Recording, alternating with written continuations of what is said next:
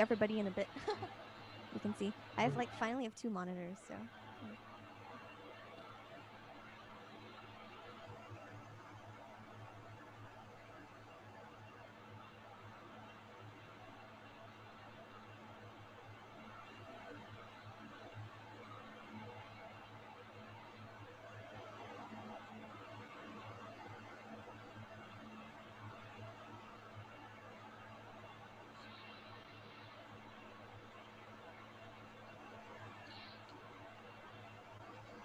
Ooh, it looks like we're live. Yay, that's great.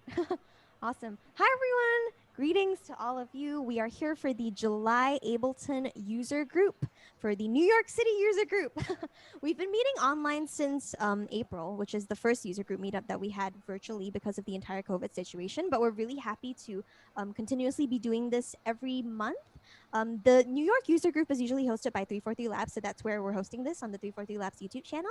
My name's Claire, and I'm an instructor at 343 Labs, as well as an Ableton Certified Trainer. An Ableton Certified Training Center is, 343 Labs is an Ableton Certified Training Center.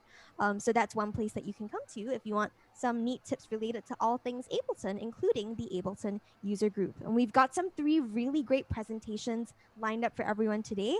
If you're watching with us on YouTube, I can see a couple of folks on YouTube. Hello. If you want to join us in the Zoom room, you might have RSVP'd previously too, and you can join us there as well.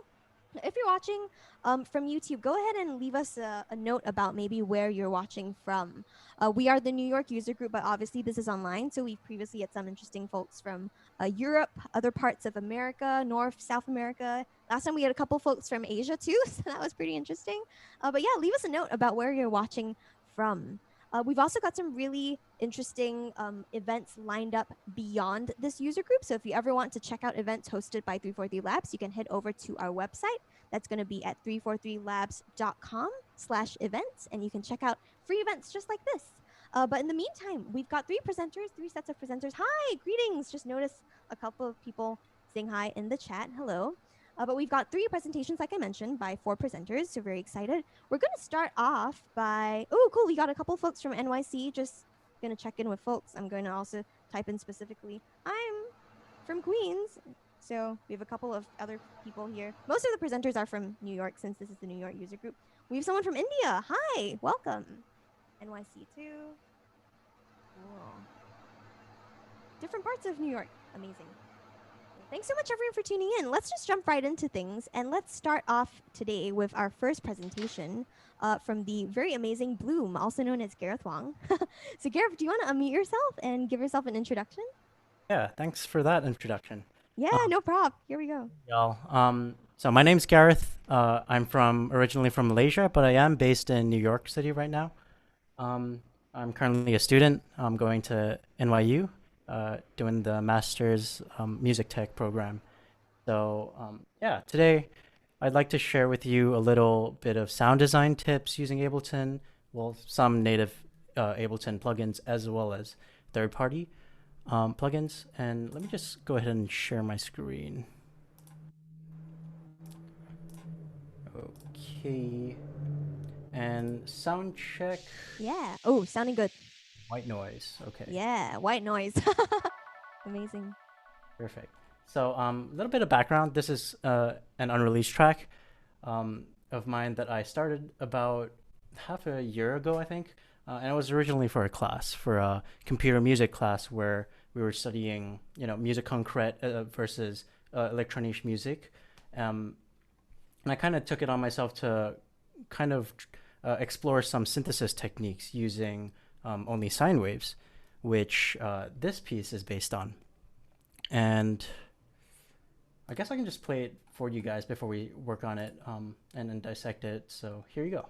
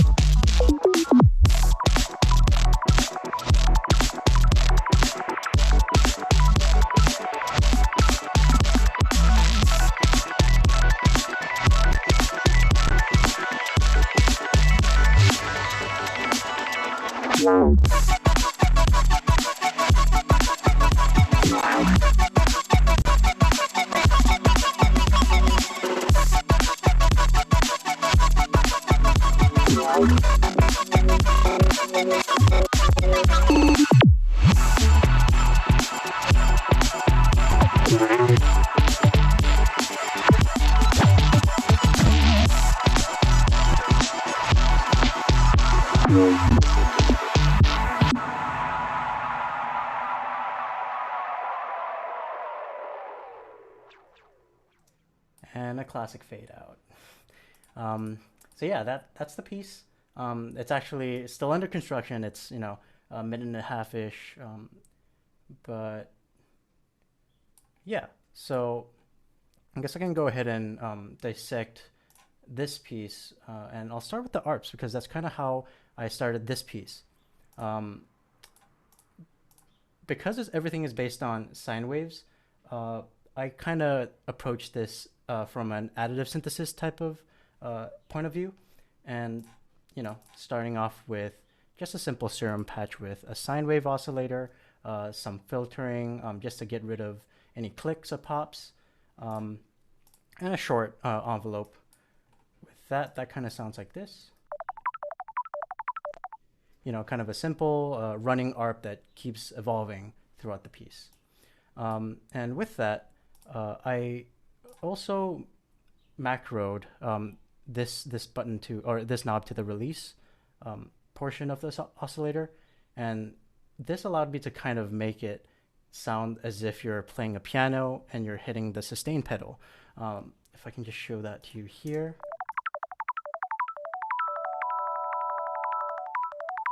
It kind of like, yeah, it like makes it sound like it's growing almost. And you know, I'm a keys player, so that comes really naturally to me, I feel. And speaking of the keys, like this is essentially how I write my music. I start off on the piano and I kind of just hit record and play whatever I want. And for this, you can kind of see how I played it in. You know, every single note is not the same length and the velocities are kind of everywhere. And, you know, I hit quantize after I record just to kind of neaten everything up. And there we go. We have an ARP, pretty simple ARP.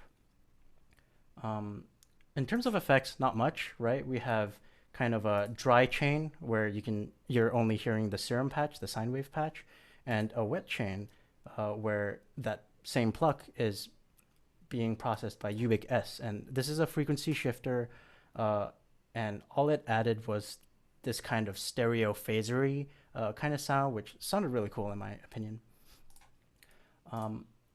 Besides that, we have these two guys, which I essentially duplicated the initial track with. The reason for that is because we're writing with sine waves, and because sine waves don't have any upper harmonics or overtones, it's kind of like static, right? It's clean, there's no timbre involved, so to speak. With this, I kind of decided to take that same exact thing and write a harmony to it. So the first ARP is playing this. The second ARP playing this. And the third playing this. And because they're all sine waves and they're kind of like, you know, they're really short and stumpy and they're all playing together, it almost ends up sounding like different timbres and different, like, you know, like strikes and hits as opposed to like different notes almost. So if we just soloed that and listen to that.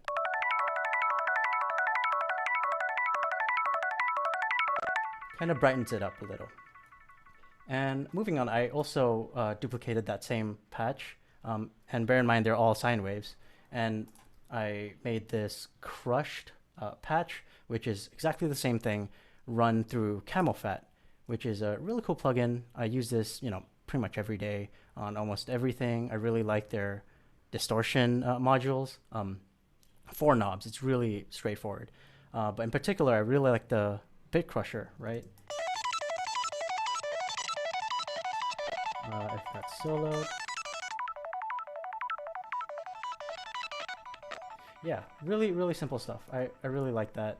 Kind of creates that brightness. So, you know, starting with a sine wave, you can do a lot of things.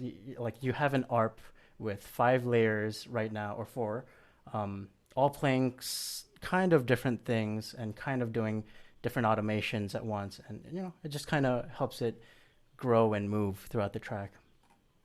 So having that as a baseline, I feel like I think the next step for what I did was, I think it was the bass, which, you know, is like the identity of the first drop. if I can play that again.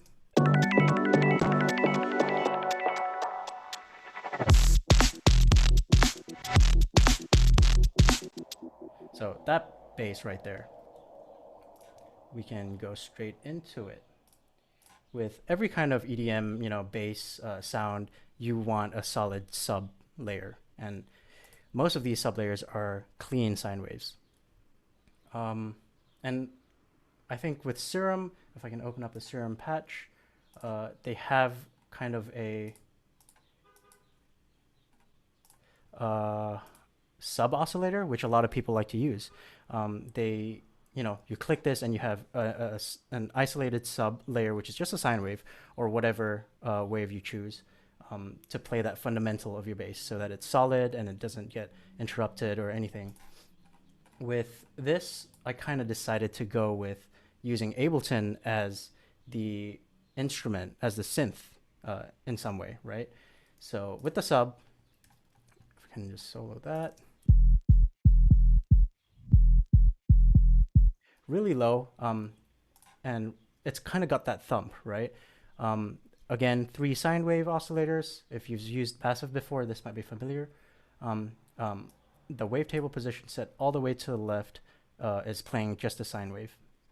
And the key here to getting kind of like this really warm and thick sub was to have the fundamental, in this case it was pitched down 24 semitones. I have 2 more tones in the upper register. So -5 would put that at an octave and a fifth up from the fundamental.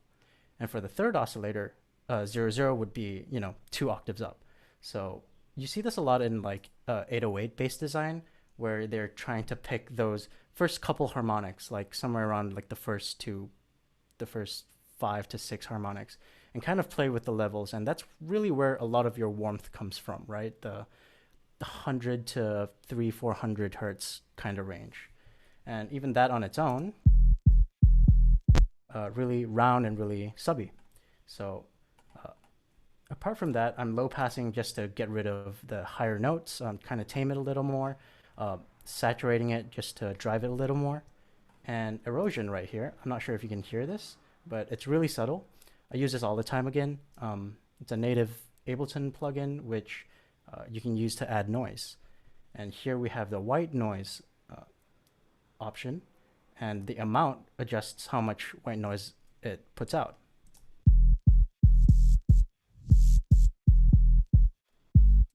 Really subtle, really clean stuff. And that just kind of gives it that hiss. It's almost like you're in a drum room with a bass guitar, and when you pluck that bass note, that rings the snare, that the noise part of the snare. So onto the upper part of the bass. This one, I've kind of been tinkering around with this type of workflow for bass design, and it's pretty complicated. I think I do have to streamline it a little more, but all it is was, I duplicated that sublayer again, pitched it to kind of how I liked it, and it sounds like this. It might be a bit loud, so.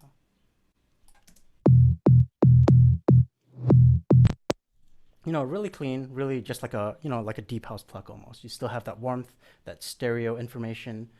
And really the bulk of the processing here, again, is not within Massive. Massive is just responsible for 3 sine oscillators. Here we have the rack called the band split, which couldn't come up with a better name, but it's essentially, the idea is to split up your sound into different sections in the frequency spectrum, right? And spectrally. So we have the bit crushed sound, or component of the sound, which sounds like this. Really crunchy, really stereo. The noise section, which is more mono. And low mids. They're all really not supposed to stand on their own, but when you add them together,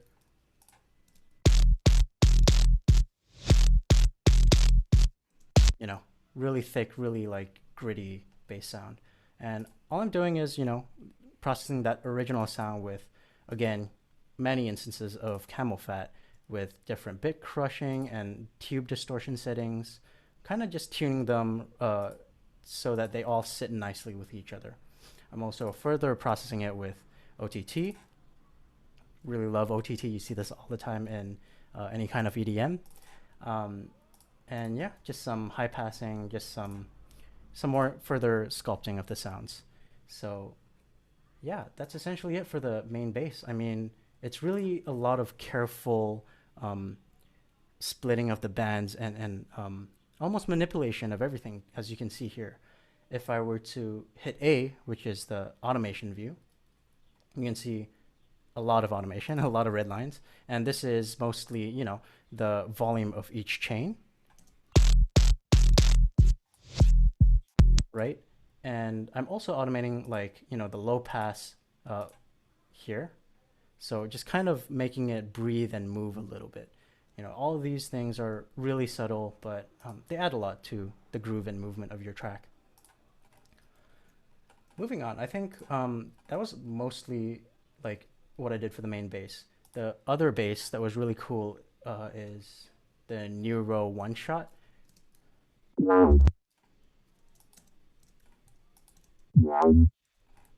And that's just, again, the same thing with a sub bass layer, all using massive, no post processing, and camel fat, as usual. I love camel fat. And the talking motion, the wow kind of vowely movement, really comes from a lot of, again, automation, but this time with an EQ. Well, two EQs, low pass and a high pass. And I'm just kind of going in and really just manually editing every single bit. And because they're one shots, they're pretty straightforward. You just kind of have to move each point and find the sweet spot. And without that, again, it's going to be pretty loud.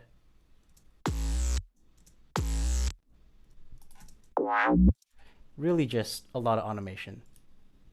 And oh, that's going into Frontier, which is another plugin. It's actually free. I forget who it's by, but it is free. I might post a link later when I find out. But it's a really cool limiter that is pretty clean, really transparent, and the soft clipping on this guy it sounds really good. So I use it on pretty much everything. Moving on to the drums. I think the drums was pretty exciting. In my opinion, the ride was the toughest part for me. I think getting the ride tone out of a sine wave isn't really that straightforward, but I can show you the original sound we started with. Right? It's not all that. It's again serum with two sine waves. The second oscillator isn't actually sounding like anything. There's no volume. I'm using the second oscillator to FM the first oscillator.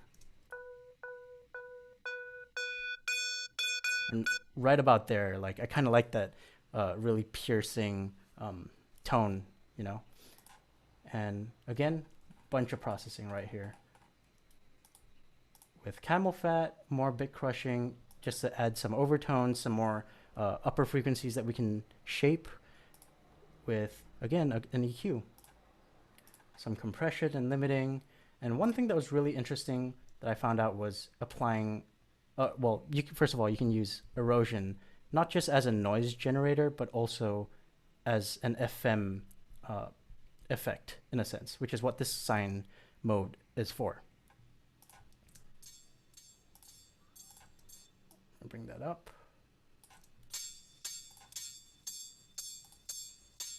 It kind of makes it real, gritty, really less clean in a sense, which is kind of what I wanted for this ride. Some more further processing and sculpting, and yeah, that's essentially it. That was really difficult. It took me a couple months to get that. With the shakers, with the hats, it's mostly sine waves, as you would expect. With no post-processing, just a bunch of FM and a lot of high passing, and that's it. And it's really just me trying to sculpt every single sound to kind of sit well in the mix. So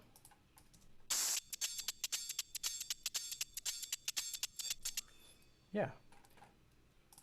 Furthermore, if you we could talk about the snare a little bit. I've, as you can see, split up the snare to into three different parts, I would say. The main snare being,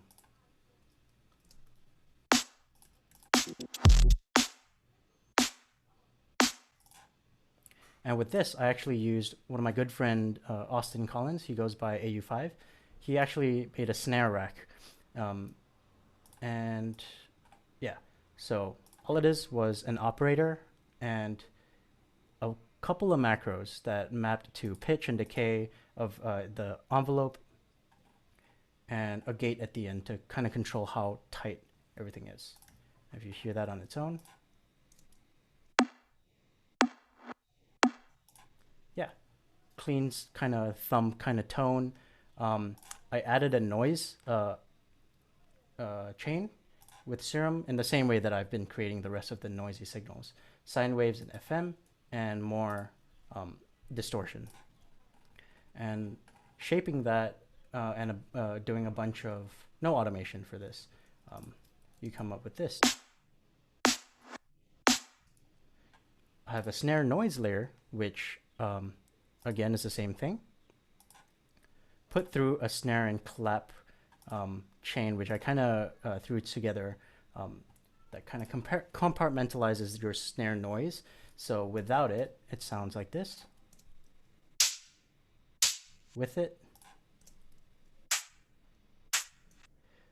it kind of gives you that wide, like that room noise, and the bandpass noise gives you that clappy sound.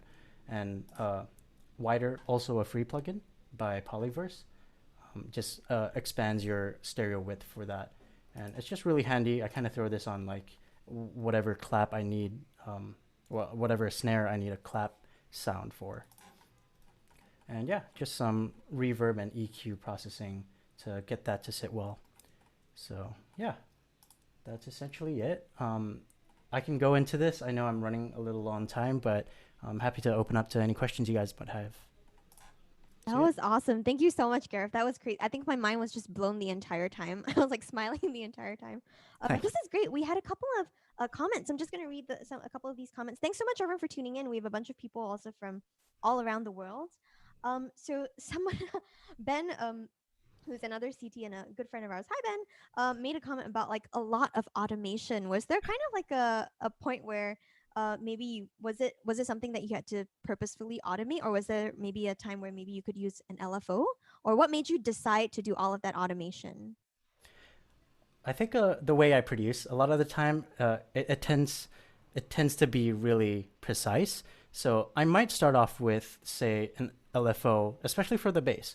Like a lot of the time, um, say for bass movement, for creating movement in each of your bands, sometimes I would chuck a Max for Live LFO in, Mm. just to automate some points of your EQ to kind of create that movement. And once you stack that up with a lot of EQs, a lot of notch filters and bandpass filters, you'll get a lot of phasing and movement. Uh, but I feel like in the end of the day, that kind of stuff you kind of pick out because it's repetitive and it doesn't really stop or change. At least not for the things I'm using LFOs for. So for this stuff, especially for basses, I feel like they're really precise, and you kind of can get down to that, to the nitty gritty stuff, right? Because in EDM, your basses tend to be really wide spectrum. You have your sub all the way down in 50, 60 hertz or whatever, and you have noise all the way up to 12, 15K. So I think there's a lot of room to play with there. Definitely a lot of potential with LFOs, but I tend to just stick to automation. And I know it like definitely makes your session look a little crazy, No, it's but awesome. It's beautiful. I feel like it's art in itself. yeah, I would like to frame this up, take a picture and put it on the wall or something. Totally. Awesome. We have a lot of really awesome comments about like how this was super impressive. Also, yes, the Frontier is by D16, I think. D16, you're right. Thank Yeah. you. Thank you for that. Free. Yeah, no problem.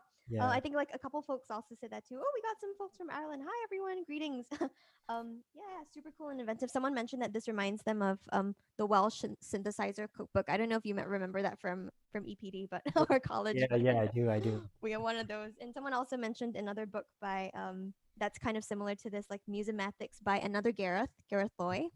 Oh, yeah, yeah. Yeah, totally. So Amazing. I'm glad people picked up on that. yeah, absolutely. I think one of the most impressive things was like how you can turn like a super generic or not generic, but like a basic kind of sound into a lot of different sounds from that. I think the ride part definitely blew my mind. Like it was so crazy. I didn't even know how you did that. But maybe also kind of going into the initial sounds themselves, we kind of noticed that you used several different kinds of sine waves to start off with. So like the serum stuff, and then there was the massive stuff. Was there a point where you kind of decided whether to go for one or the other? Mostly, well, so I've been producing music for a while. I have like kind of my workflows with each plugin, and I just kind of ended up reaching for what felt comfortable. With Massive, I usually use Massive for basses. And I guess I kind of am used to the way the signal routing works out, and where you automate stuff, and I was just comfortable with it. So specifically for the basses, yeah, I use Massive just because I was so used to having that already set up for me. With Serum though, like specifically Serum, I really like the way just you deal with your matrix and your routing. Um, and like I just found that really useful for like melodic stuff. I know it's a sine wave generator essentially, but yeah, I just ended up kind of using that, and I just grabbed it. And for like operator, I think I use operator for Yeah. the snare, right? And Mhm. and everyone has operator with Ableton, but this was actually so with the snare rack, Austin actually used operator for this, which is the reason I stuck Ah. with it. So yeah, just generally because I was comfortable with whatever tools were there and what was set up. So yeah, Cool, awesome. Thank you so much, Gareth. That was great. Yay, everyone, if you are watching on YouTube with us or in Zoom, give Gareth some claps. That was awesome. Thank you so much. thank you. Cool. Yeah. Claps. Awesome. So yeah, thank you so much everyone for tuning in. We've had a lot of interesting comments. We really appreciate all the interactivity. We are the New York Ableton user group, so that's all of us hanging out over here on the internets now. Thank you for tuning in. We shout out to the couple of new folks who just joined in. Hi to Scott, who's and Bilal, who have been on a couple of our other streams. Thank you to Vadim for mentioning D16 as well. And you're from Ireland. Yay, that's awesome. We are hosted by 343 Labs, and 343 Labs is a school that's based in Manhattan. We usually do a lot of Ableton Live related courses whenever we're in person. But now, obviously, we're kind of like on the internet because of COVID. But we're still trying to hold these groups, and we thank you for joining us as well.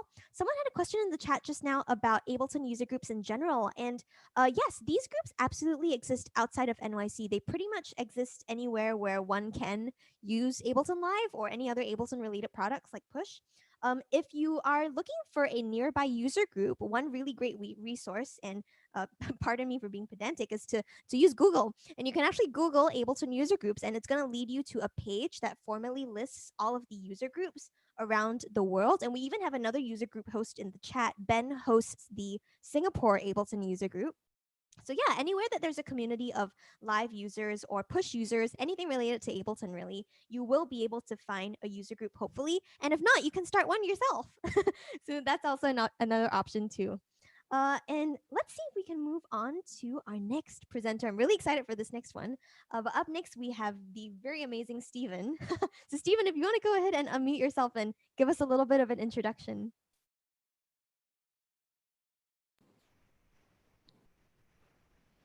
Hi, thanks Claire, and thanks Yeah. Oh, Thomas for Stephen, sorry, hosting. if you could make your mic a little bit louder.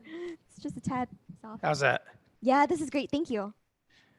Okay, so my name is Stephen Matthew. I perform as the Kid Blast sound system, and I'm a New Yorker, but I'm now quarantined in Miami Beach, and it's not a bad place to be quarantined. Uh, so I've been going to these.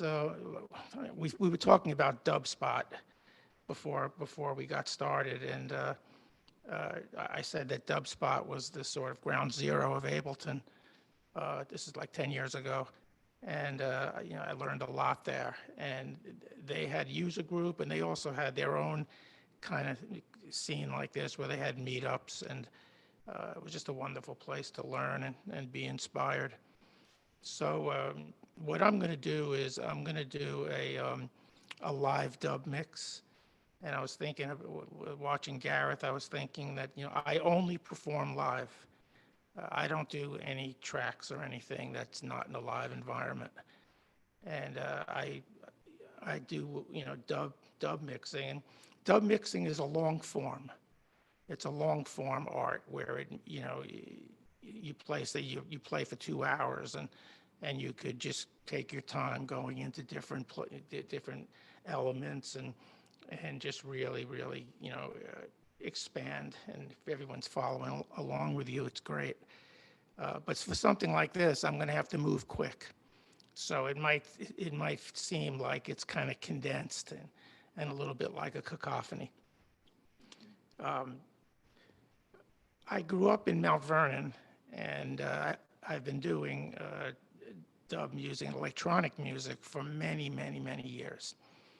And in the 70s, so Mount Vernon borders on the Wakefield section of the Bronx. And in the 70s, there was a huge infusion of Jamaicans, because in Jamaica there was political strife between Seaga and Manley, and many people moved to Wakefield. And they brought their music with them. And I was turned on to dub music all the way back then. And of course, you learn right away that the inventor of dub is King Tubby, and he has a certain way that he set up his equipment, and he created a language of dub. And what I've tried to do is emulate that language. And Adrian Sherwood, I met at DubSpot, and he's kind of the guy who's carrying the flame now for dub, along with freestyle. Matt. That's it. Winners for sets. From 1956 to 19. That was wild. That was weird. That's okay. I muted whoever that was. And Adrian showed us and showed me how to set up my mixer and everything. So let me get right into it and show you how I've done it. Should I share the screen? Yeah, go for it.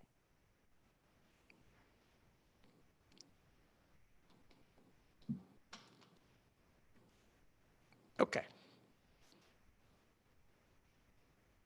So what I do is I make the Kid Blast sound system is only a performance system. All the work I do in a different set, and then I export the stems, and I bring the stems into Ableton. So just quick, if I show you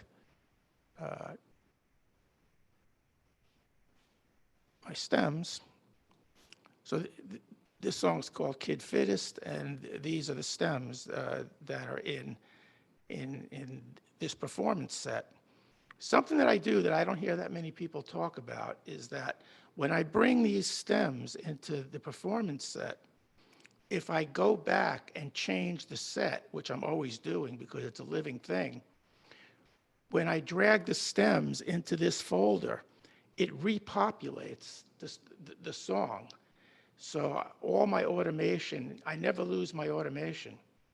And I think that's something special. And if anybody else needs to know a little bit more about how that's done, I'll tell you. The thing is, one of the problems is that you can't collect all and save.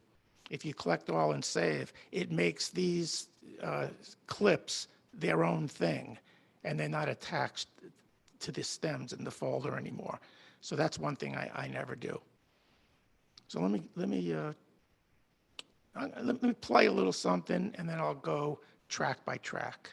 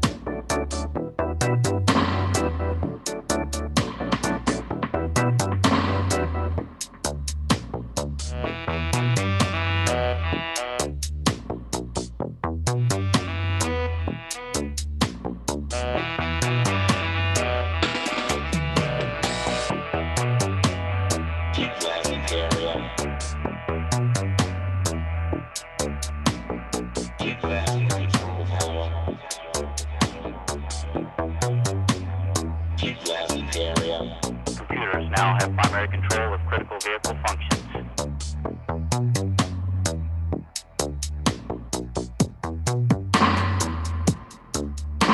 Got a good picture of Steve.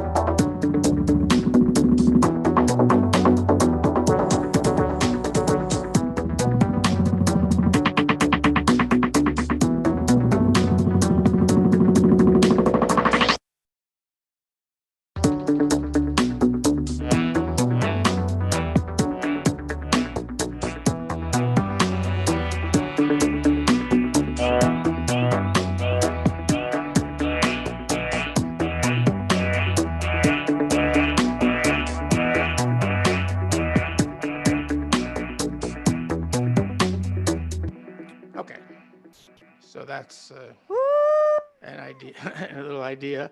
Again, like I was saying, when I perform with a spoken word poet. And so we might, we'll be on for like 2 hours. So I can really take my time and add these effects in judiciously rather than just kind of go through them one and one like that, one at a time. So let me show you how I set up my set.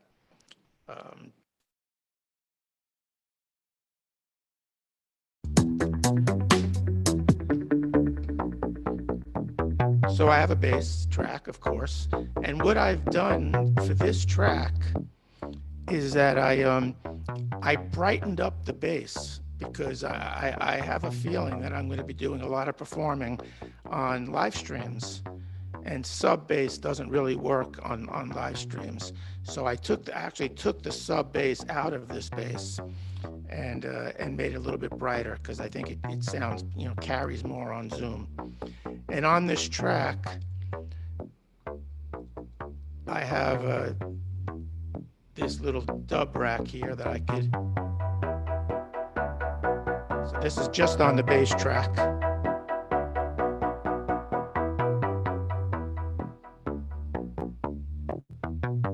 And then I also have 2 side chains, and I'll show you why, right? So this is my kick, and I've side chained this to the bass.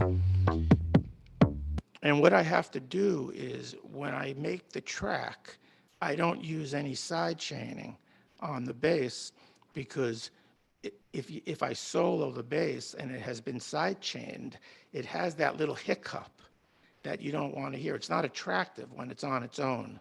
So I do it in the performance setup. So on the kick, I have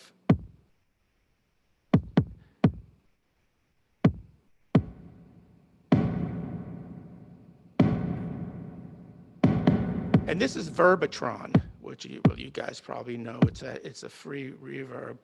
So I have this, and then I can go.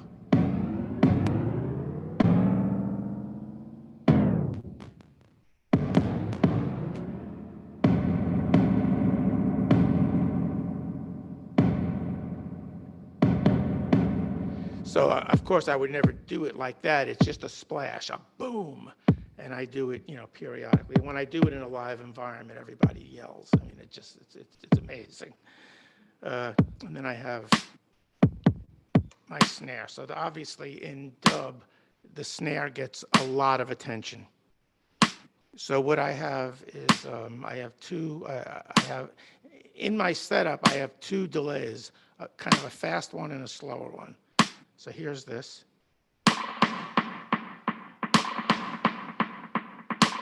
And then I could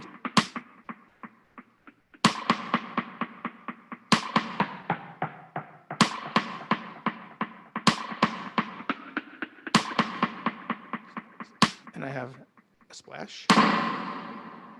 And what I use for my splash is I use Springage, which I paid for. It's a great spring reverb emulation, and it has 4 different sounds.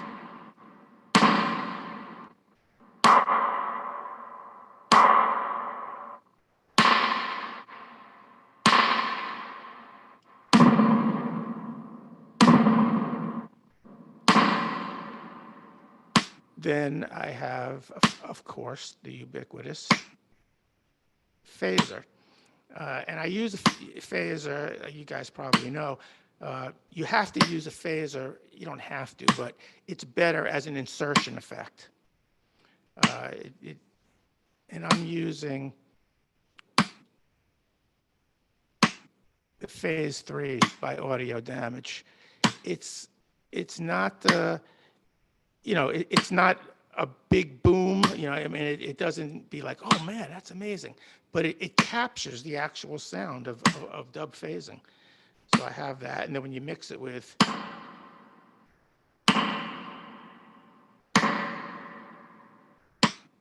and then I also have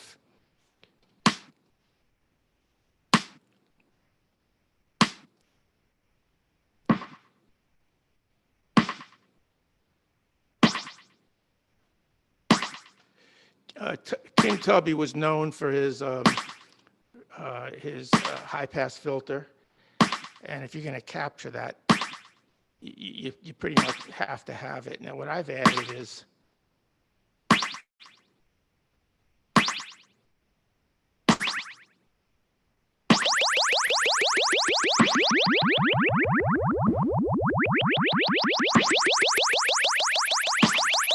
and all I'm doing is I'm just I bring the res up and then sweep it.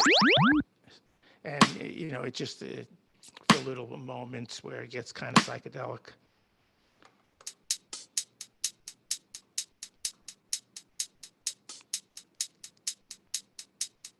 For my hats, I also have the high pass filter.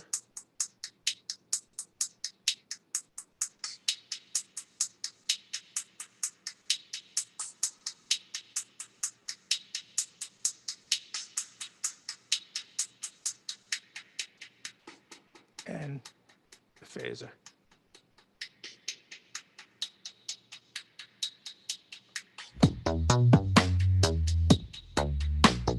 So what I can do is I actually can do, again, if I'm playing a long set, I can do a little performance just with this hi-hat filter, with this high-pass filter. It's very compelling when it's loud and people are really listening. Then I have 3 tracks of music. So for this one, I have the classic bubble.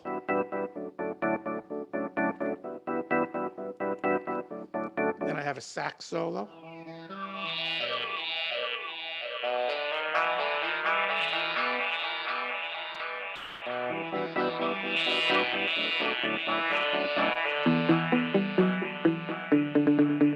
I have here on this track is I have a muted guitar mimicking the bass line, because that's done a lot in dub.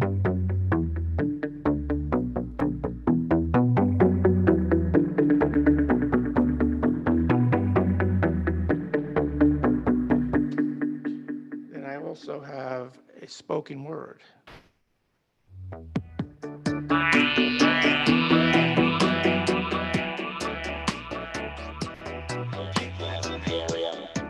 Kid blast in the area.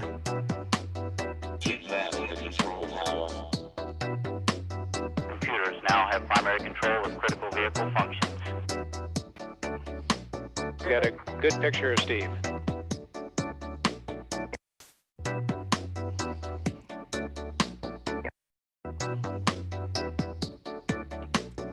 This is not a test. This is not a test. This is not a test. This is not a. This is not a. This is not a. This is not a. This is not a. This is not a. This is not a. This is not a. This is not a. This is not a. This is not a. This is not a. This is not a. This is not a. This is not a. This is not a. This is not a. This is not a.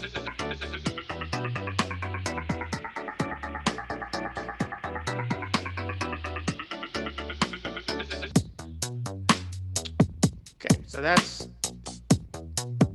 what I have on my mixer here. I also have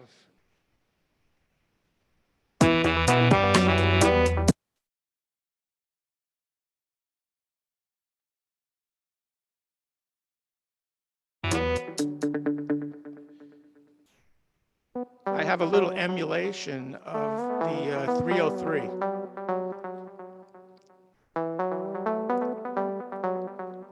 I have this, and it's amazing.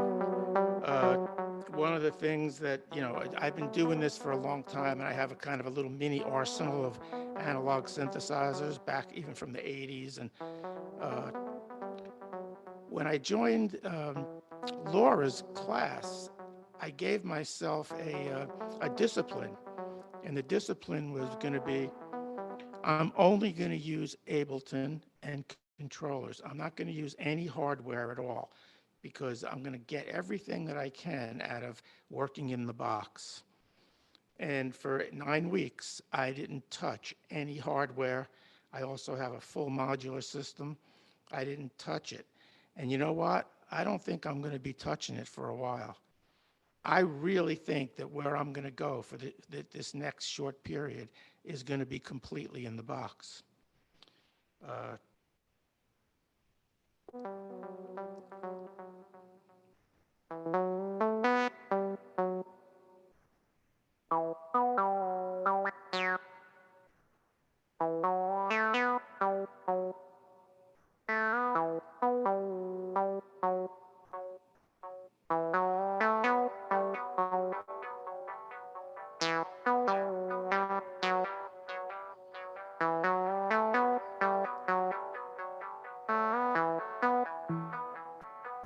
And then I also have, of my own, I have a Korg monopoly from 1983 or something like that.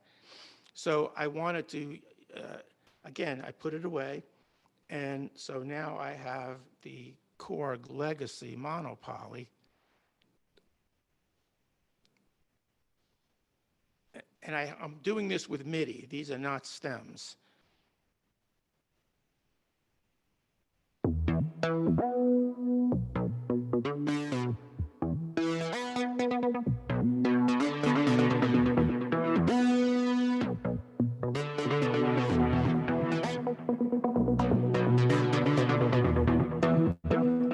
And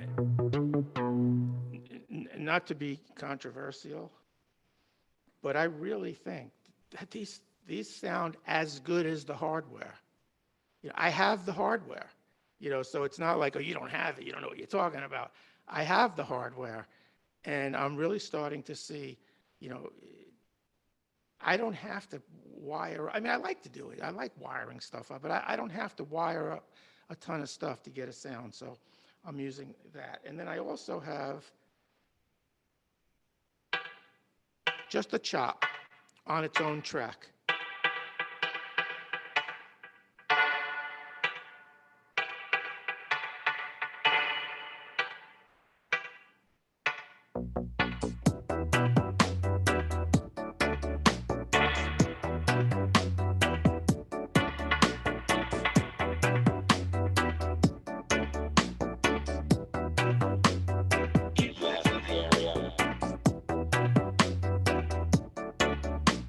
Okay, so that's my track setup. How am I doing with time, Claire? Yeah, we're good, Stephen. If you want Okay. to go on for maybe do like 5 more minutes, and then we actually have a bunch of questions for you in the chat. Everyone's really Okay. excited. So if you want to So, go for it. yeah, no, let me just show a couple of things that Sure. make this a little different, and it takes it out of the classic dub setup, is that I'm using 4 instances of glitch. I have one on glitch 2. I have one on the kick, one on the snare, one on the hats, and one on this other drum track that I have on the fader, and I'll show you how that's working.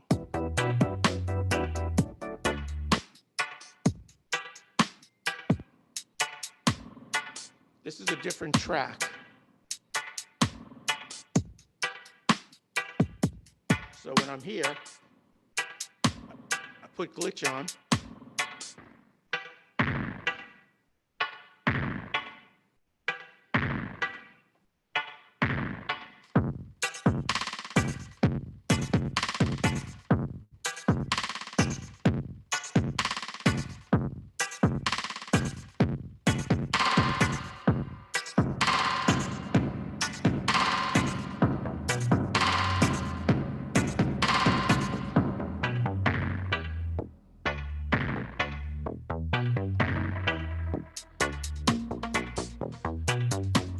So that's glitch. So there's one on the other drum track, drums 2 I call it, and one on the kick, the snare, and the hats. Right now I'm just switching them using just one switch to turn them on and off. But at times I could have them so each one is on its own switch. But for this, I just put it all on one switch. And then the other thing I'm using in a big way is Stutter Edit. And I'll show you what I'm doing with that. I think Stutter Edit is the big underappreciated plugin of all time.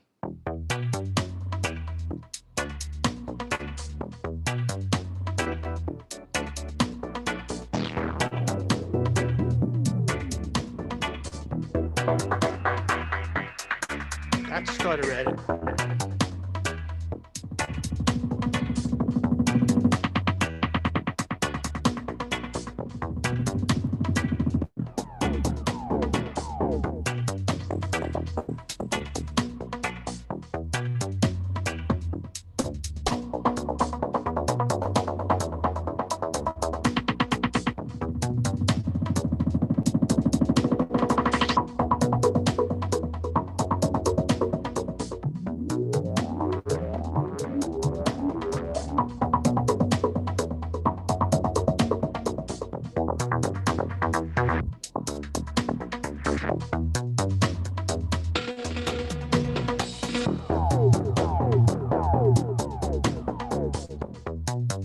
Stutter Edit. And the last thing I have to spice things up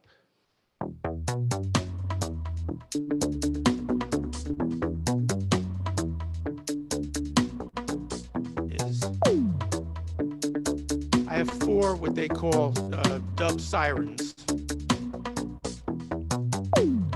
This is one.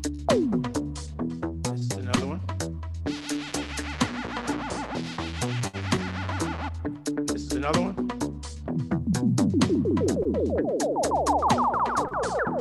And this is another one.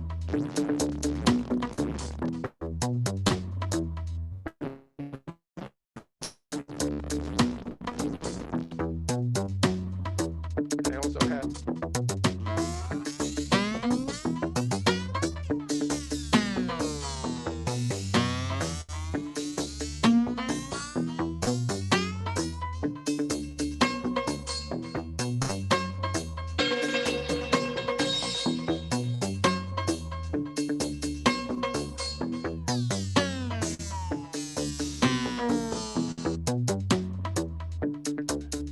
et voila. Questions? Yay, Stephen! Thank you so much. That was awesome. I was just like, I I'm mean, getting it's so a many little bit of a questions. cacophony, and I'm moving fast, and it can sound a little bit like a lot going on at once because dub really does need to breathe. But anyway, No, that was awesome. Thank you so much for sharing. We actually had one question, Workshop. pretty upfront, which was about if you could elaborate a bit more on your definition of dub. It's treatments. It's basically treatments. There's a language of dub. In order for something to be dub mixing, it has to have delays, it has to have reverb, it has to have phaser, particularly the Neutron biphase emulation, and it has to have a high-pass filter. How you set all that up, that's your originality. But for this kind of dub mixing, there's a language that I've chosen to stick with, and now I've also broken it. There's no stutter edit in dub, and there's no glitch in dub. But I love those things, and I wanted to bring them in. And even when I use like stutter edit, I'm trying to use it in a smooth, dubby kind of way, because most times, if you listen to the presets, they're like, they're just like crazy, and you listen to go, forget it. I don't even want to look at that again. But if you take some time with it, you can get some really nice, smooth kind of, breathing things, kind of like what Gareth had on his bass earlier, that inhale and stuff like that, and which is part of electronic music language now. Yeah, totally. On the topic of effects, we also had a related question that's specifically related to the sends and returns and maybe those effects associated with them. Could you maybe speak a little bit about how you've got them set up? It looks like they're all automated. I automate them off. Yeah. And I'll show you how that works. So I'm doing this thing, and I put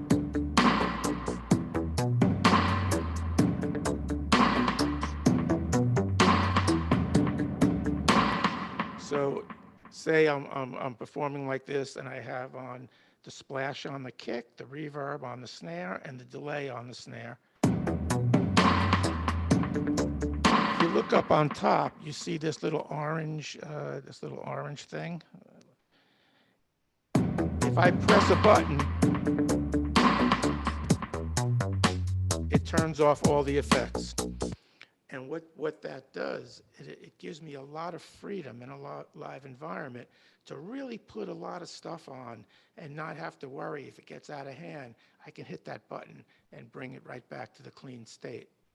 And I use it constantly, and it's really cool. I mean, you can just like switch on two things really fast, get a big sound, and then hit the button, and it takes it right out. So that's a big thing. So what I'm doing is, let's look at my returns.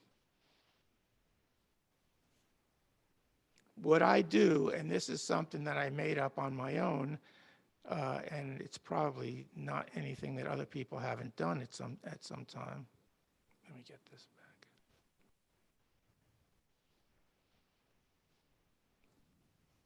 I put my effects on audio tracks. So I send the delay to the reverb like everybody else does. But say I'm using the digital delay 1, I think I call it. Then I send that to this track. And what it allows me to do is have it be different on any time I want it to be. Because you can't automate in the reverb, in the return track. But often I want to, I don't want to have the same delay for the whole night. So every time I start a new song, you could see right here, I have it all, I have the delay completely automated. So some of them I want to have, the high pass filter up so that it's kind of that kind of delay. And other times I want it to go, and I can do that by automating it. And the same kind of a thing, I hit that button and it brings it right back. So anybody who's doing any kind of live mixing, and it doesn't have to be dub. I said to Claire and in my email, we're talking about dub here because that's what I do. But all these things can be used for any live performance. Yeah, absolutely. And interestingly enough, I really, yeah. Oh, sorry. Go for it, Stephen. no, I was going to say, I was thinking about Gareth because he uses automation so much. So do I. You know, I just do it a little different. I don't, my producing is in the live environment. My music track is relatively simple. And the thing is, and I got this from Adrian, you have to keep your tracks really kind of dry and simple if you're going to apply a lot of effects in real time. Because if they're too staccato or syncopated, the delays just don't sound good. They sound messy and they sound unattractive, and people don't dig them. When you have a simple track and you put a big splash or some kind of delay, people love it. And they run over and, you know, want a high five. I mean, you know, they dig that stuff. And, you know, I've learned from doing that. I know what people like, you know, and the thing is, everything I do is not because I want people to like me, but I do want people to have a good time when I play, you know. So there's some things I said, when I do this splash on the snare, people are going to dig it. So I make sure I do that splash on that snare, you know, often. Totally. And speaking of splashes and like choosing when to do things, we had a question about specifically which controllers are you using to do the splashes, Stephen, or what controllers are in your setup? Yeah, they are right there. So what I'm using is I'm using the Livid DS1, which is an emulation of a regular mixing board. It's so what I have is I have 8 faders, and I have 8 mutes and 8 solos, and then there's 5 knobs. So depending on which track it is, that's how I send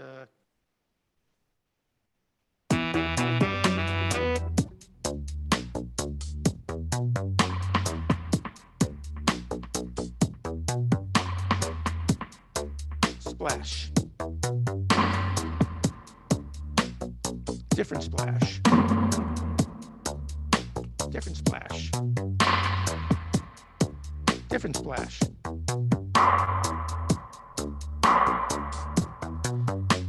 Phaser.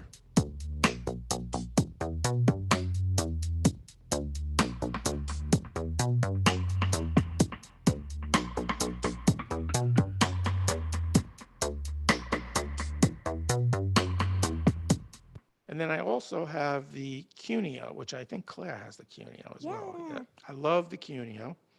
The thing about I make all my own scripts with Remotify, and I think it's great. If anybody who's really into this should have Remotify, because you can set your controller up exactly the way you want it. And the way I have my Cuneo set up is I have 4 tracks. I have my you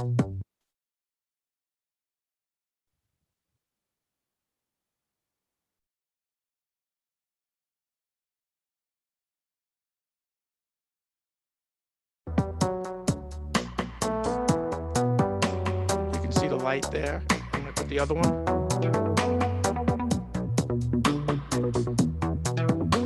And then I have this.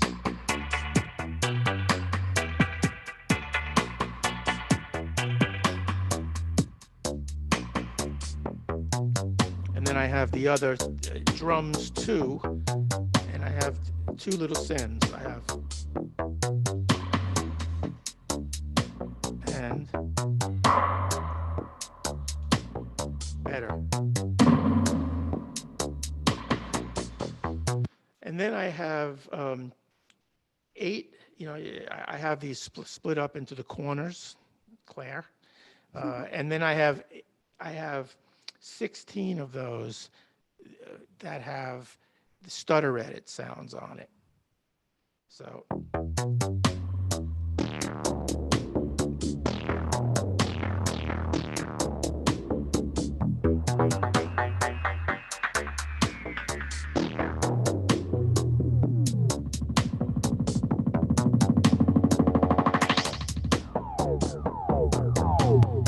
And then I have 16 spoken words.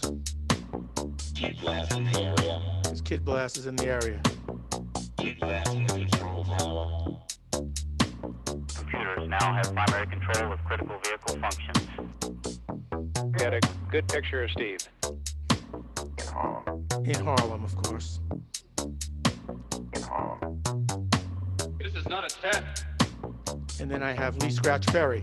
I know it's Dom. Oh, I know it's. Get ready, Steve.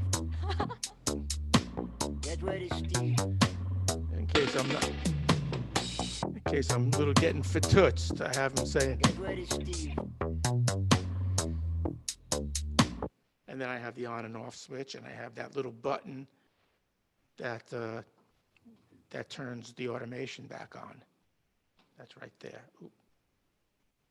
That's right there. That's the little button that turns on the automation.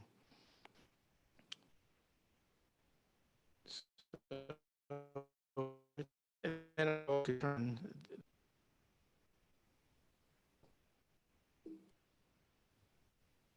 And what I'm using this camera ad. I'm not sure who's familiar with it.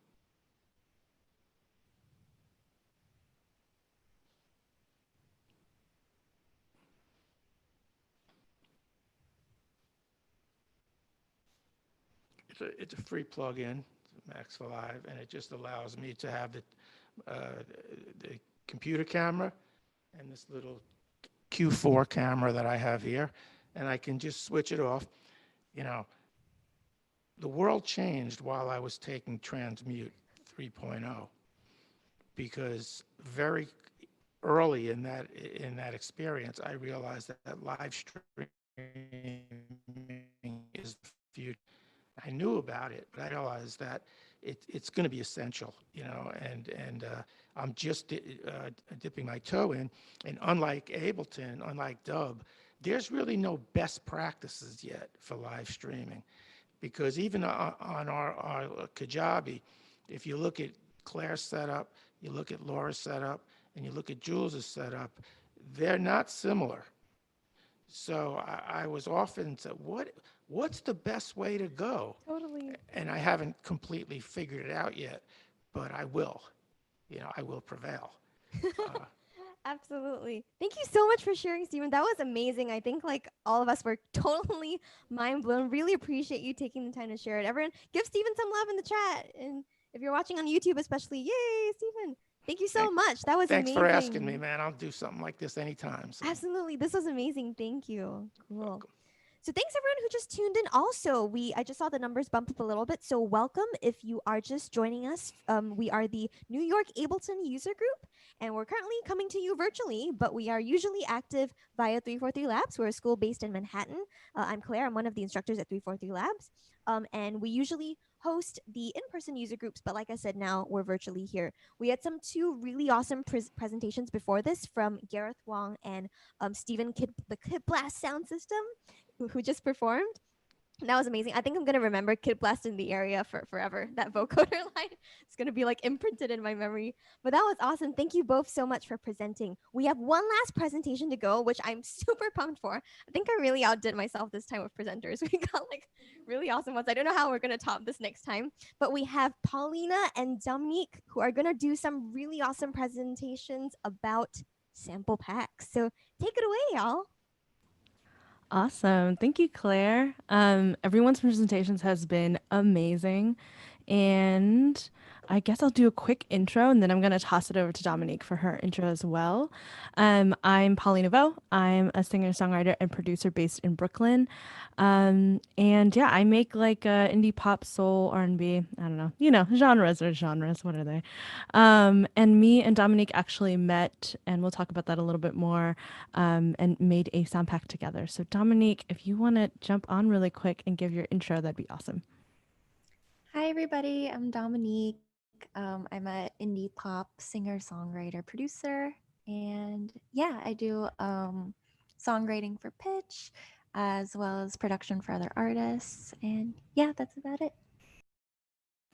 Dominique is being super super humble about her stuff. She's amazing. So just to dive into it a little bit, I'm going to share my screen, and you guys are going to see like me quickly scrolling back through this. I'm sorry.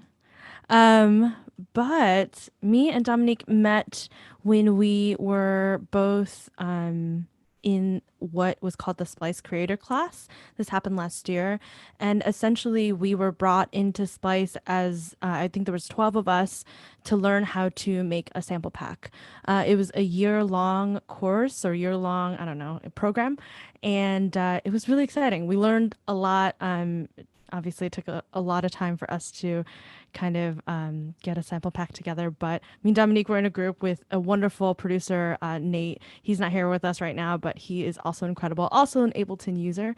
And we're going to talk a little bit about kind of the organization, the process, and then Dominique's actually going to jump in and give you a demo.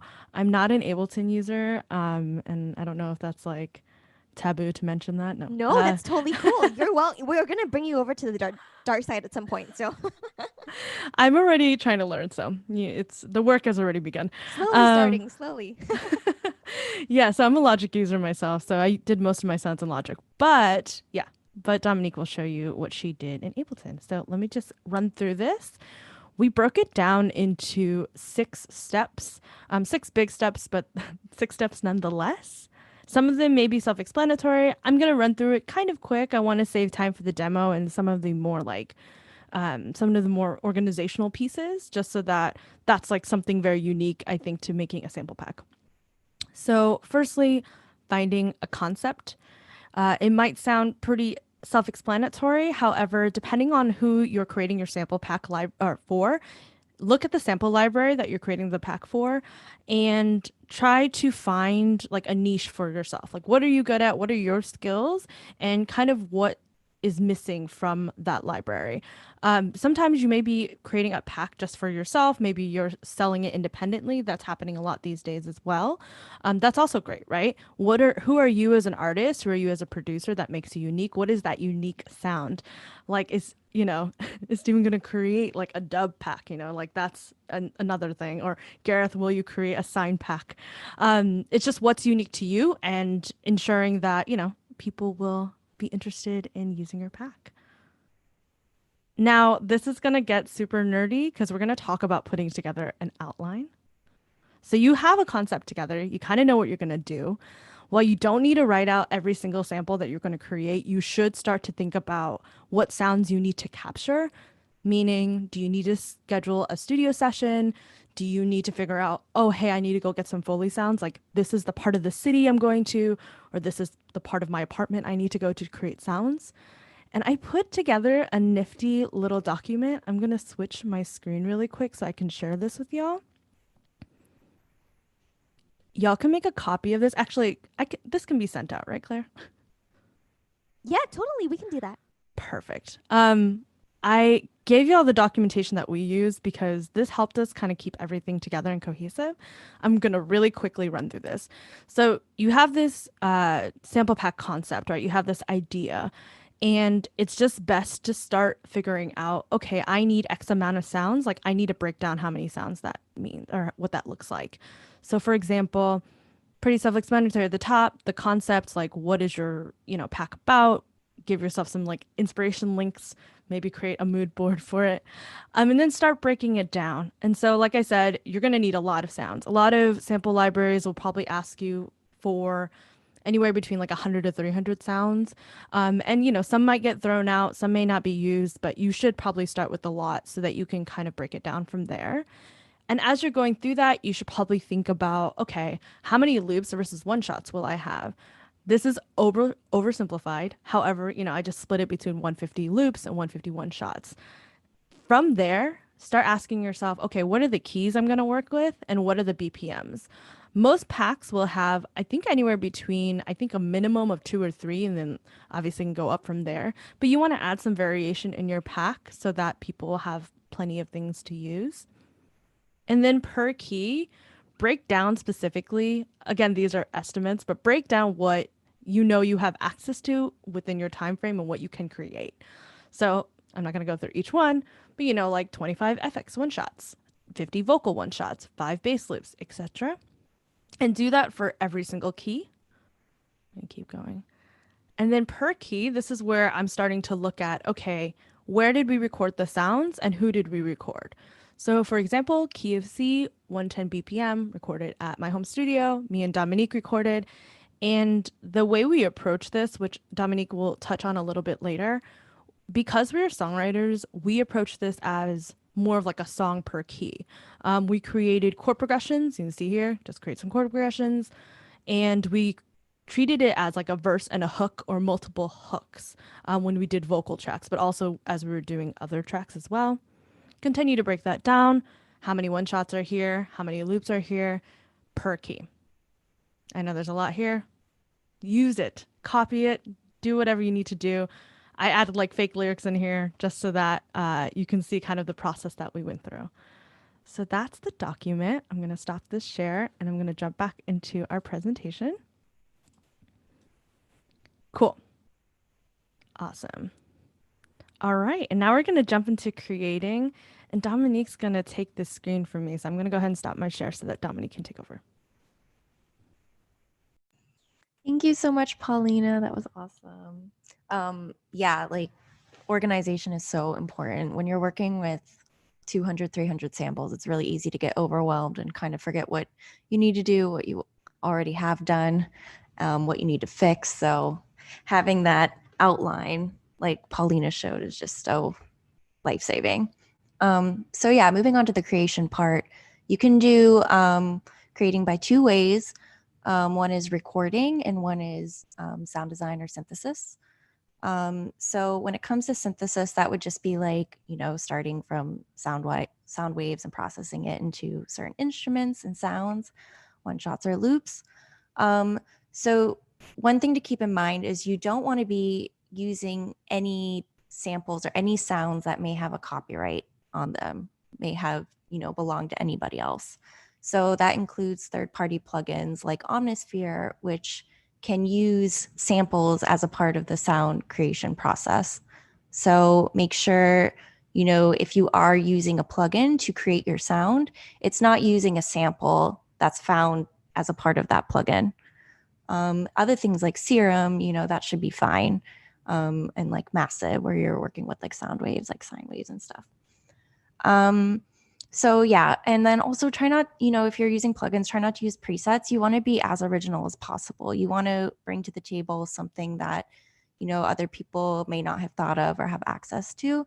So just, yeah, try and, you know, if you are going to use a preset, which I don't really recommend, just try and process it beyond recognition so that, you know, it's as original as possible. And, you know, if you have access to analog gear, that's always great because not everyone has access to that. So if you want to record analog gear, that's fine too. And the presets on those analog gears, just don't use any analog gear emulating software. And then also, of course, the other side is recording. So just recording Foley sounds, recording your voice, recording live instruments, you know, that could comprise the whole pack if you wanted to. So yeah, I'm gonna do a demo on cleaning up sounds and what we would do like once we have the samples ready. So let me share my screen. Okay. Did it work? Yeah, it looks great. Okay, thanks, Claire.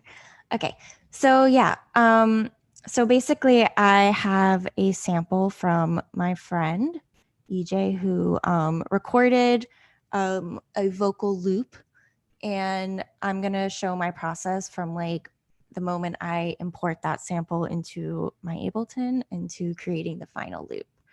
So this is what it sounds like. Wah, ra-ba-bum-bum-bum.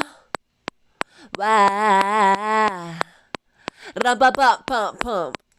Okay, so the first thing I'm going to do is use a variety of Isotope Rx plugins to get as clean as a sound as possible. So first thing I'm going to do is voice denoise. These plugins are awesome. however Isotope made these is amazing. And this one basically, you know, any room noise or white noise that may have gotten captured in your audio signal during the recording process, this helps to remove that. And, you know, a lot of us aren't working out of like high-end studios. We're bedroom producers, which is more than enough to make a sample pack. Especially if you have these plugins, you're going to be getting some great sounds. So how this plugin works is it's constantly analyzing the audio file in real time, and then it'll compare the signal without the vocal in it or without the like actual sound in it to like the sound, like basically this part here to this part here. And it'll take like the noise from this area and try to remove it from this area. So you actually want to try to include as much pauses in the audio sample. So like as much space as the vocalist isn't singing as possible, so that the RX knows what to remove. So you want to let it run a couple of times so it can analyze it properly. Wah, bum. Wah. And I don't know if it's going to be very obvious through this live stream, but here's what it sounds like with it. Wah. And then with it bypass. Bum. Wah. Bum.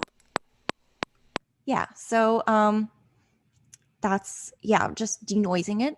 And because every time you hit this play button, even if like the track isn't on, or if it's, you know, if you're soloing something else, this plugin's going to be constantly analyzing this audio. So it's great to freeze and flatten it once you get your desired sound. Not only does it take up a lot of CPU, but if you're trying to undo something, you're going to have to undo whatever Isotope Rx is doing a bunch of times before you get to your actual action of what you're trying to undo. So you can just freeze it, and that's just bouncing it to audio, flatten it. Cool. Next thing is reverb, kind of similar. It's trying to take out that reverb. Sometimes it comes on a little too strong, so you want to move down this reduction so it doesn't sound too like tinny. Wah. So yeah, it kind of has a tinny sound right now. I'm going to move it down a little bit. Wah. Bum. Wah. Bum. Just bypassing it. Yeah. Not sure if that's audible through the live stream, but when I'm working on this on my own, I'm sometimes like just amazed by how effective it is. So once again, I'm gonna freeze that, flatten it. One other thing is you can tell there's a lot of plosives in this audio. So with her rumpa-pum-pum, so you want to get rid of that plosive sound, that air sound. So we're going to use RX deplosive. So this you should be able to tell the difference with. Already sounds amazing. Bypass.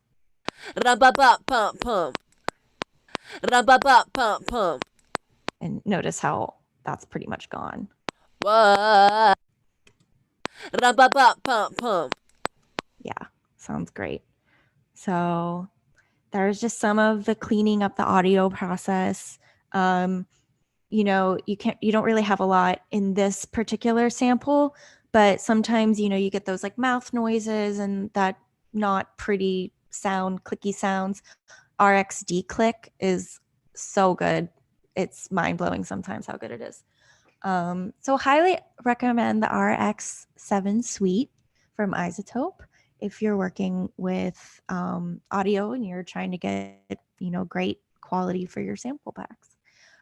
So the second thing I'm going to do is work on the timing of the loop. So I want to make this into an 8-bar loop.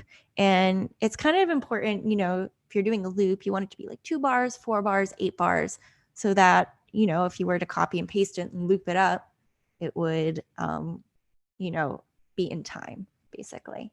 So let's move this on to 8 bars. instead of our loop race. Rum-bum-bum-bum-bum. Wah. Rum-bum-bum-bum-bum. Yeah, and then also now that we've done all the audio editing, we're gonna wanna just kind of get rid of all this dead space, use our fade so that there's no clicking or popping when the audio comes back. And it all just kind of flows very nicely. Can just do this really quickly. I'm not trying to be super precise since we're obviously on a time limit.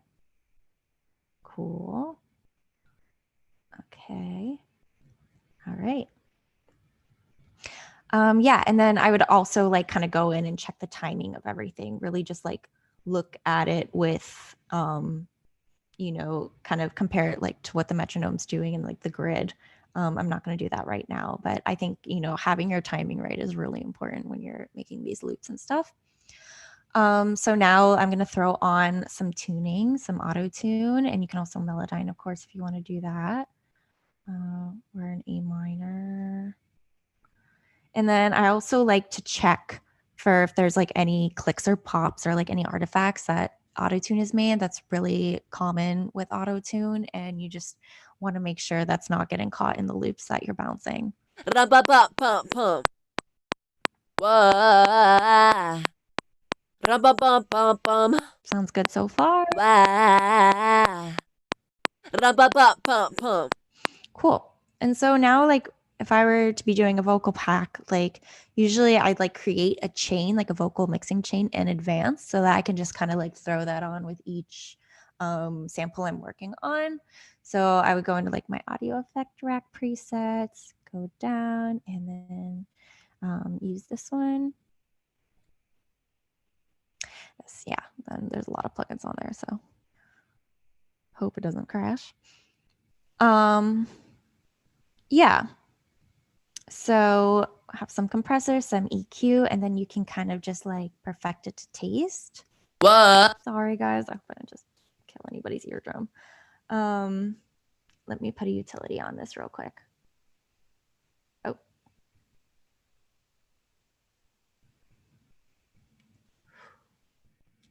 Wah.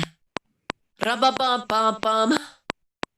Wah. Rum-bum-bum-bum-bum.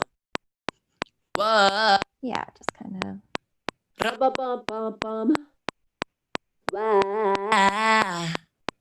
Rum-bum-bum-bum-bum. I'm just doing this really quickly. Yeah, I have CLA vocal, CLA 2A, vitamin, all these things just to kind of like make this sound great. We don't have to like go into like a mixing lesson, of course, right now. And then I'm going to use Echo Boy to for like a reverb real quick. We can just. Wah. Rum-bum-bum-bum-bum. It's kind of sounding good. Like that. Rum-bum-bum-bum-bum. And yeah, that's just a preset on Echo Boy. Gonna do limiter real quick. It's good to normalize your samples to like a constant level so that like when people are like going through your sample pack, it's not varying in audio. So I'm gonna do like -1. Wah.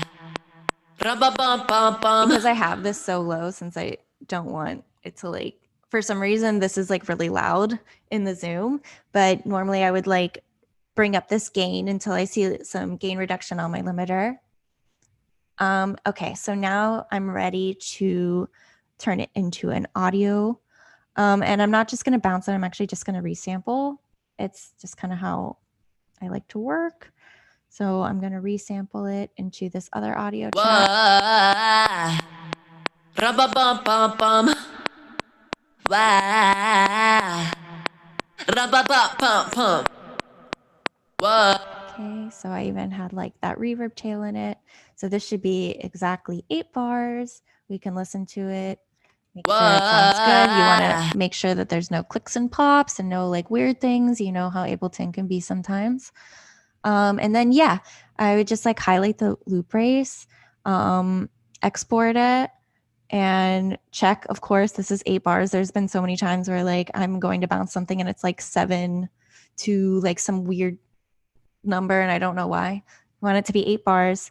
Of course, click the track that you're gonna bounce, and then also make sure all these settings are right.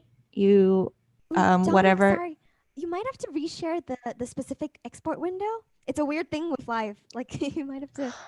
Oh, so it's not showing it. Yeah, so it's not showing it. So if you Okay. can share screen and you share the specific window, it's a weird Okay. one. But I mean, it should be okay. I'm not like Okay, going over cool. anything. Yeah. So basically, when it comes to sample rate and like file type and bit depth, whoever you're providing the sample pack to has their own specifications that they're going to want you to export these at.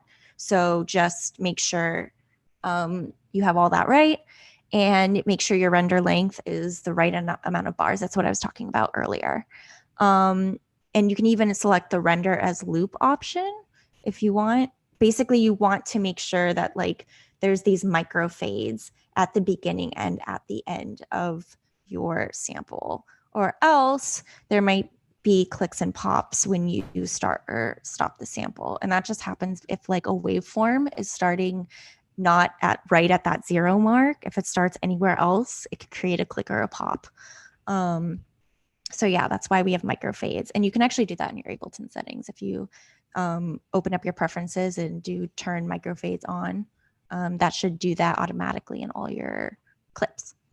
So yeah, that's basically it. You would just export it from there and then put it into whatever file system you have created. Okay, sorry, I feel like that was really long. All right, Paulina, back to you. No, that was amazing. Thank you, Dominique. That was incredible. I'm going to jump back into the presentation, and I'm actually going to do a quick review over what we just talked about. So we talked about finding a concept. We talked about putting together an outline. Dominique shared the creating, cleaning up your audio, and cutting up sounds and mixing process. A few more notes on that.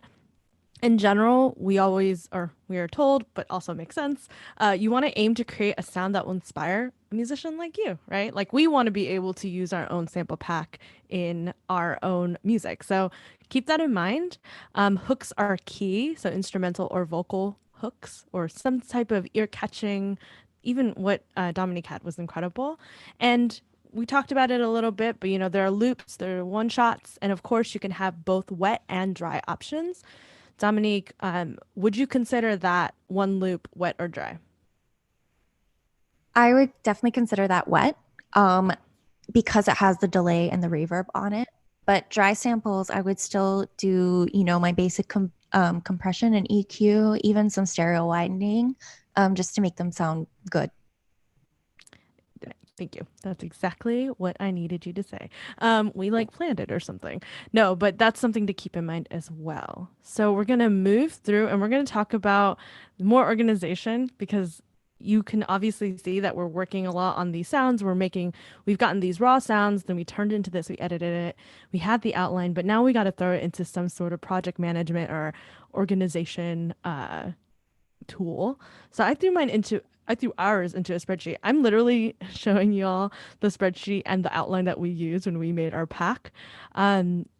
Just a note on that, taking that outline you created earlier, throwing it into that, right? Organizing your sound. It's the easiest way to ensure that everything is cohesive and for you to keep track. You'll see in a second. And then, of course, when you're finished, you want to listen through everything as a group. If you're making it on your own, obviously listen to it on your own. I'm going to stop the screen share on this screen and jump into a really fancy, just kidding, it's not fancy, a really fancy spreadsheet. So this is literally the spreadsheet we used, just removed a bunch of stuff. And I'm going to kind of work backwards here as to like our thought process. Like I mentioned earlier, 100 to 300 sounds is just like nothing to sleep on. So I'm going to start with just files all the way back here, this tab.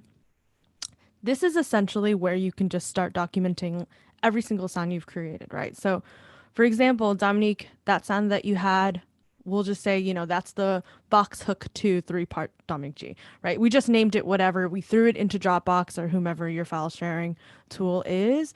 And you're going to start kind of categorizing from here. You start adding, is this a voice? Is this Rhodes, bass, et cetera, what key it's in? And of course, like what BPM you're in. So this is just, you throw all the file names in here, you make sure you have everything into your folders. Then you take that and you can add it into your line items tab. And this is like when we're getting really nitty gritty about what the names of your files are, and you're really starting to categorize what sounds that you have there. So for example, let's say, Dominique has her bass playing live, Dominique G. I'm going to take that and throw that into, for example, here I threw it into line item 5 or row 5, and I've categorized it as a bass loop. I will worry about the status in a second. And then we named it. File naming is specific to your sound library. So in any case, it will probably look something like this, which is like your label or your distributor, the name of your sample pack. So for example, ours was Keep On, so KO, the BPM that the sound is in, what the sound is considered, and then you give it just the name, like what does it remind you of? I don't know, just making up names. Rumble Smoothie is apparently what this bass sounds like, but you can hear that, right? You can hear what a Rumble Smoothie sounds like. The key that it's in, and of course mark the key, mark the BPM, and then the original file name, and any notes. The notes are important when you're going through the sounds as a group or by yourself, and you start making notes like, do I need to chop it into an 8-bar? Do I need to go in and fix that microfade? Things of that sort while you're going through. I also added categories here so that anyone can filter anything out. Let's say you're like, I'm done with the key of C and A minor, so I only want to look at the key of G. That's just organization for you. Yeah, so you're going to go through and literally fill this out. I think for Dominique, myself, and Nate, I mean, we spent like a full day on this, just making sure everything looked good, making sure we were hitting the mark. And that brings us back to the pack breakdown. So this is kind of like your overview page. And this box up here that goes from column B through column P is literally tracking down like how many sounds you have for each instrument type, and for each key. And of course, at the bottom, you have the total per sound. And then column P, you actually have the total of this column here. So the total of your sounds in general. And then this is just your status for you to keep track. Like you started leads, you're done with plucks. This was amazing. We were always trying to get to done. So it's a nice goal to have for yourself. So that's the spreadsheet. I know that there's a lot of interesting, super interesting stuff there. Let's stop the screen share and jump back into the presentation.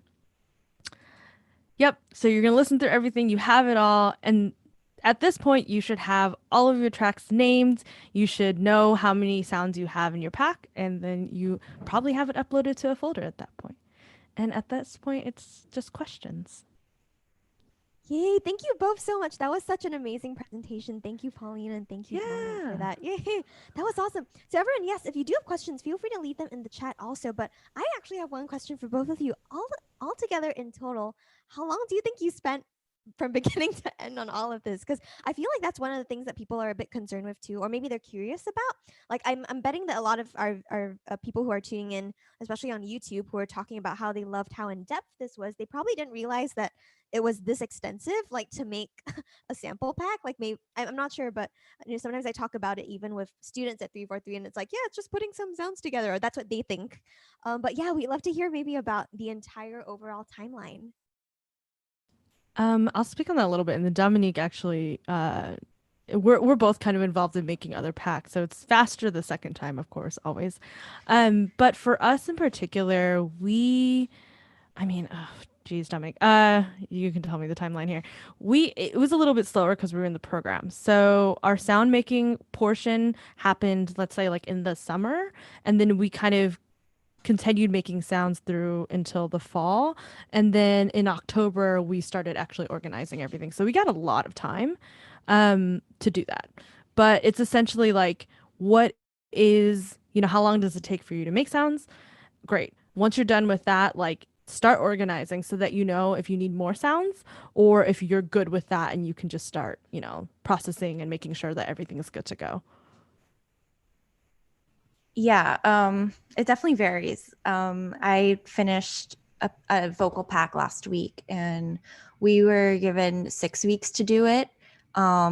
We still needed a 2-week extension. And then of course, life happens. So like a few of those weeks we weren't really working, But I would say like about 5 of those weeks, we were working nonstop. And honestly, we thought the writing and the recording process was going to take a lot longer, but it was really the processing, because just along the way, it's so easy to make mistakes. Like it's so easy to like accidentally bounce a sample and have the wrong track soloed. And so then you have like a bunch of like empty samples. So it's really like helpful to check as you go. And the more you do it, like obviously just naturally the less mistakes you're going to make. But yeah, hopefully the third pack will be like not take long at all. Yeah, absolutely. That's so useful to know. Thank you so much for sharing that. I think one thing that maybe people are curious about too is where might they be able to find your packs? Oh, well, our pack that we did together, me, Paulina, and Nate, that's called Emotional Bliss, and that's on Splice.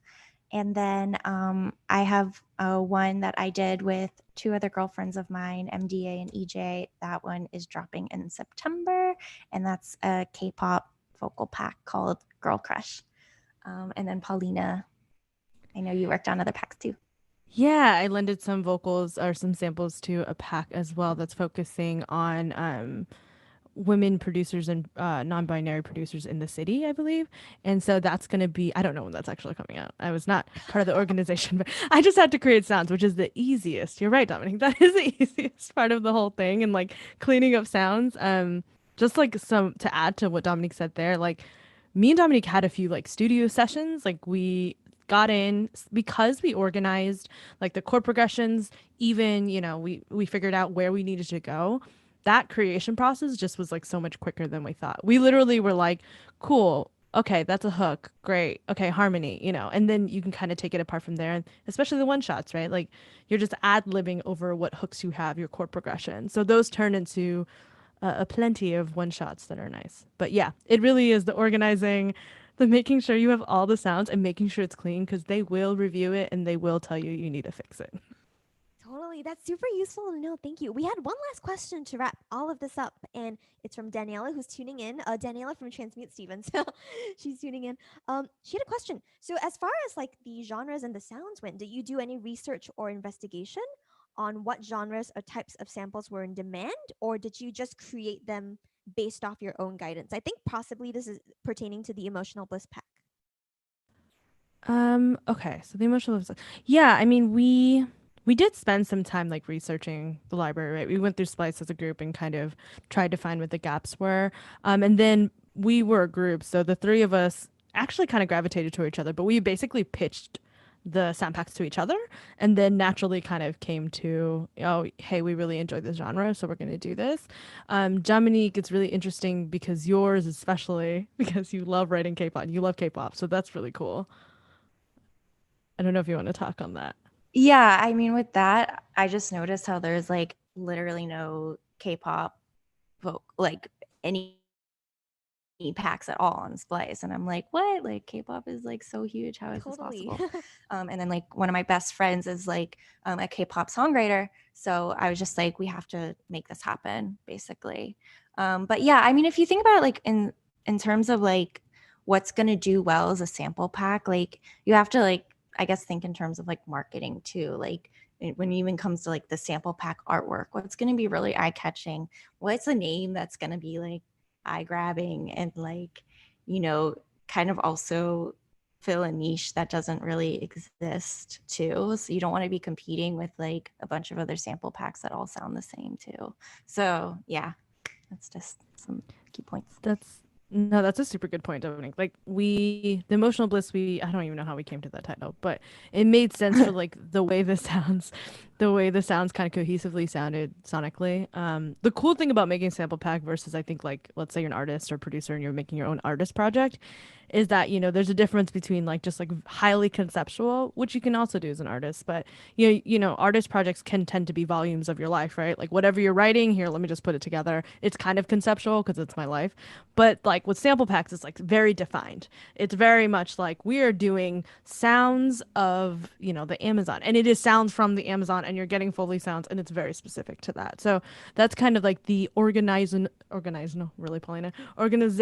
advantage to doing a sample pack. That's awesome. Thank you both so much for sharing that. That was so cool. Everyone, thank you also for tuning in. Let's get back into gallery view over here. We really appreciate all of your questions. Thanks everyone who's come in and come out of this presentation. Thank you all so much for sharing. Thank you to Stephen. Thank you to Gareth, Dominique, Paulina. So happy to have all of you. This was such a great lineup. Really think we've outdone ourselves this time. Oh no, what are we going to do for the next user group? But in the meantime, thanks so much everyone for staying on with us. We are being hosted by 343 Labs, which is the channel that you're currently watching. And 343 Labs is a school that's based in Manhattan. We host the monthly Ableton User Group for New York City. We also have a bunch of classes that we're doing. So if you want to head over to our website, 343labs.com, Thomas from 343 Labs, if you could help us put a link in the chat, that would be amazing. Thomas is our assistant director at 343 Labs. We have some upcoming Ableton Live classes, everyone, beginning on July 12th. We have a beginner's class. We also have got some intermediate classes on July 15th, as well as an immersive that's going to be super extensive and really in-depth. If you want to come learn with one of us, the Ableton Certified Trainers, because 343 Labs is an Ableton Certified Training Center. So yes, totally. Please do check out our website. And if you want to stay tuned for a couple of our other streams, including 343 TV, we do daily live programming on our YouTube channel. Please subscribe and hit that notification bell so that you can be notified of whenever we go live. And if you want to be notified when we have the next Ableton User Group, go ahead and join the Ableton User Group Facebook groups. You'll be able to hear from us, and you'll also be able to see any other things that other users are doing in the community. So again, we really appreciate all of your time, everyone. It's about time for us to say goodbye. So thank you.